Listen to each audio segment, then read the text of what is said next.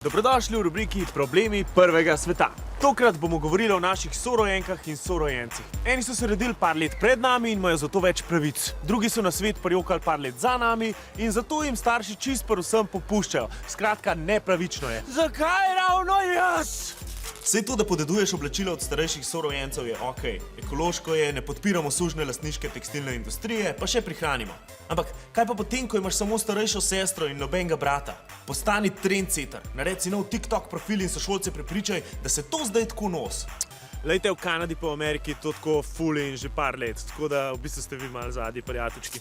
Ko so pri babici in detku samo fotografije tvojega brata in sestre, tvoje pa nikjer. Mislim, da je čas za ustvarjalne urice z alkoholcev. S tem sicer ne boš rešil nobenega problema, ampak si boš nakopal še več težav. Ampak tistih 10 minut boš pa ful užival. Ko brat vedno dobi ta nov model telefona, jaz pa vedno njegovega ta starega.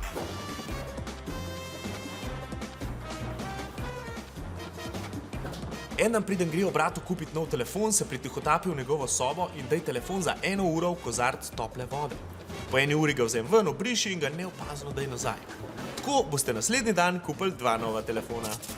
Ko te starši kaznujejo, ko si mlajša sestra prebije glavo, ker je ti nisi bolj pazil. Ko se naslednjič poškoduje, se delaj, da si se ti še huje poškodoval, ko si jo poskušal rešiti pred nevarnostjo.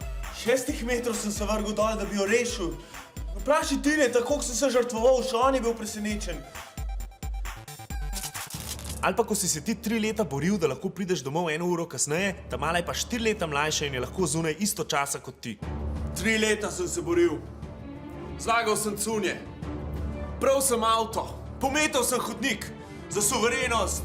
Za samostojnost. Za svobodo! Nič ne moš. Vsaka generacija se mora malo žrtvovati za svoje naslednike. Pač naredite nekaj za svoje bratce pa sestrce. To so bili problemi prvega sveta vseh nas, ki nismo edinke in edinci.